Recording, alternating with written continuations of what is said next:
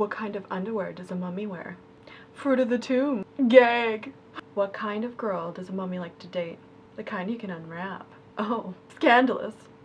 Hi, and welcome to Her Many Faces. And we're gonna have a lot of fun. So this is the final look. This is my mummy. But I'm gonna leave it to the other Bethany to fill you in on how we got to here. What she said. Woo, looks like it's time for Halloween. Welcome back to Her Many Faces. Thanks so much. I'm Bethany, and today we are going to be doing a mummy look. I'm very excited. It's nice to be this kind of mummy because there's way less responsibilities than being the other kind of mummy. Just cut that. Straight up, don't do it. It's not a good joke. Anyways, first is putting on one of these bad boys. I'm allergic to latex. I am not gonna glue this down. We have a lot of looks that we hope to get done. To save my skin, I'm not going to glue it down. Don't worry, I think I can make it work. We'll see how it goes. Wish me luck. Okay, let's flash forward, okay? Why don't we? Flash forward. Okay. Hey, it's Video Editing Bethany here. I am just going to walk you through my process. So right now, I am just drawing some lines. That's right, some lines. Any which old way. Although you do probably want to put it in a way that makes sense. So knowing which line is going to be your top layer, your bottom layer is something you want to do in the mapping and planning process of making mummies so that your bandages look somewhat real, so that there is depth and layer to what you're trying to create. Now, because I didn't glue my head thing down, it is moving around a bit, so you might notice me pulling it this way and that way. Don't worry about it, it's just fine. We're going to throw some eyeshadow in my eye area because that's a little spookier. Also, it's nice to put eyeshadow rather than paint directly near your eye area, just in case. Don't forget to seal the brows. Sealing the brows with some waterproof sealant is really nice because it is sealed with glue right now, and then powder, and then concealer. And then I'm going to throw some water paint over top of those eyebrows. So when you seal it with that extra layer, it helps the glue to stay intact so that you're not going to have it break down as you apply makeup. This makeup color that I'm applying, I wanted to look more like a dead corpse, kind of like what you would see for real mummies. So I did try to blend it on my face, like by throwing this color here and that color there. And now I'm just adding some shadow to build up the depth in all the areas that I want it to contour and to look like there is, sunken in skin and decay and sunken in skin, like I've been in on a diet or I'm extremely dehydrated. I mean, you've seen a mummy, I'm sure, or at least pictures. So here I am adding a lot more darker lines around the bandages, and then we're drawing the bandages on the body.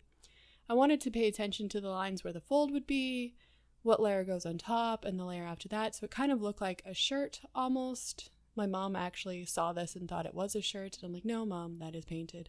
But here I am painting the wrong part the wrong color, because I was actually painting the bandage the orange rather than the white. And you want to make sure that you do clean up any mistakes, because when you go over something with white so that there's no blending and murkiness to the color, it's good to clean the space before you apply the color.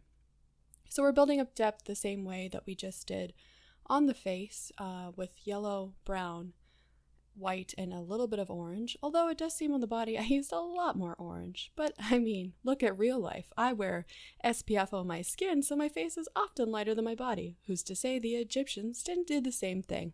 I don't know. Say something in the comments if you know whether or not they use sunscreen. I don't know, thinking out loud here. Again, I'm just going to apply the white directly to the places that are clean so that it doesn't get murky, very carefully so that I don't get lines or streaking, and just build up that white because it's what's going to make things pop. The warmer colors against a cooler white is just going to make it seem, I don't know, fancier, I guess. And I always want to seem fancy, especially if you're in a mummy costume. Here I am trying to differentiate between the bottom and the top. What I did use was an eyeliner pencil just to kind of remind me which one's which, so I don't forget through the process.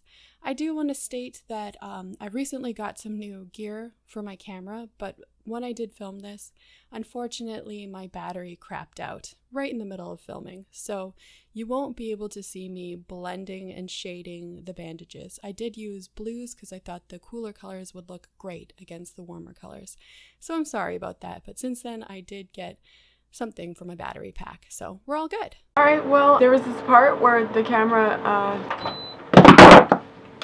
You missed the part where I just add in the detail and using various different shadows build up depth. I was working from my new Morphe palettes. Just adds a little bit more depth so you can kind of see where things are sitting. But yes, this is the final look. What do you think? Thank you for watching, like and subscribe. Next is bloopers! Why do mummies make excellent spies?